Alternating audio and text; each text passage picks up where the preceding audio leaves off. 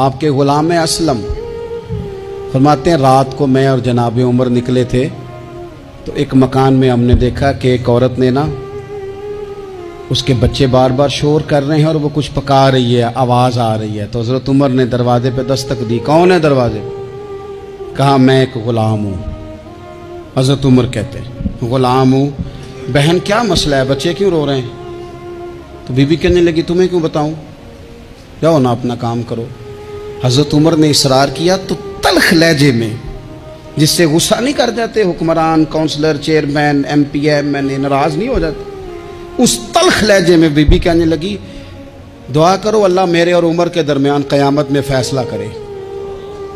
کیسا حکمران ہے کہ اس کی حکومت میں میرے بچے بھوکے سوتے ہیں، یہ میں نے پانی میں روڑے ڈال کے چڑھائے ہیں، لیکن یہ پیٹ کی بھوک یہ بڑی ڈاڈی ہوتی ہے، یہ نیند بھی نہیں آنے دیتی۔ خیال تھا رو دو کے سو جائیں گے پر سو بھی نہیں رہے۔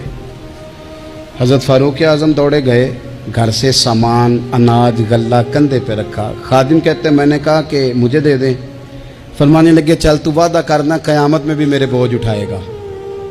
کہ حضور نہیں، وہ تو میرے بس کی بات نہیں۔ فرمایا پھر مجھے کرنے دیں۔ دوڑے آئے، اس خاتون کے دروازے پر لا کے وہ چیزیں رکھیں، کہا بہن اگر تو پردہ کر لے تو یہ غلام نہ آج کھانا پکا دے تیرے بچوں۔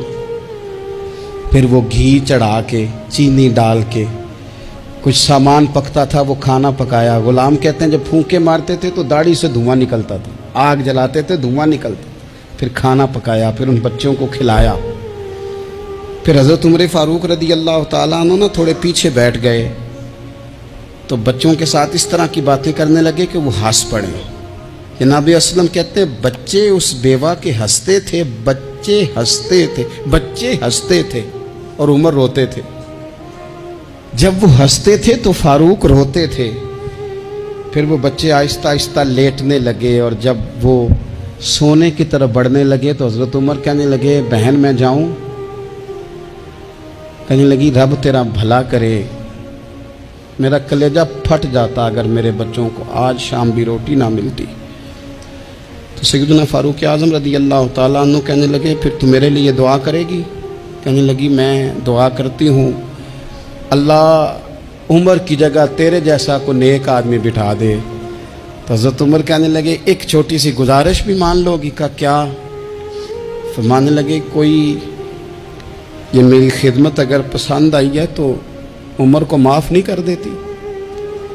غلطی ہو گئی، اسے پتہ نہیں تھا، اپنے منہ سے کہنے لگے سیاںا بھی نہیں، باشعور بھی نہیں، اسے چاہیے تھا خلافت کی ذمہ داریاں نہ لیتا۔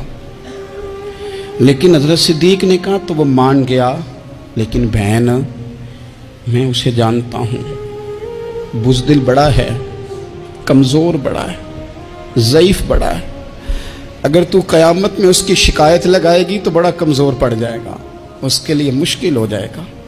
تو کہنے لگی اچھا اگر تو اتنی سفارش کرتا ہے تو جا، میں نے عمر کو معاف کیا۔ حضرت فاروق اعظم نے چہرے سے کپڑا ہٹایا تو بی بی کہنے لگی اوہو آپ عمر ہیں؟ آپ فرمانے لگے میں جو بھی ہوں تو وعدہ کر چکی ہے کہ تو نے عمر کو معاف کیا۔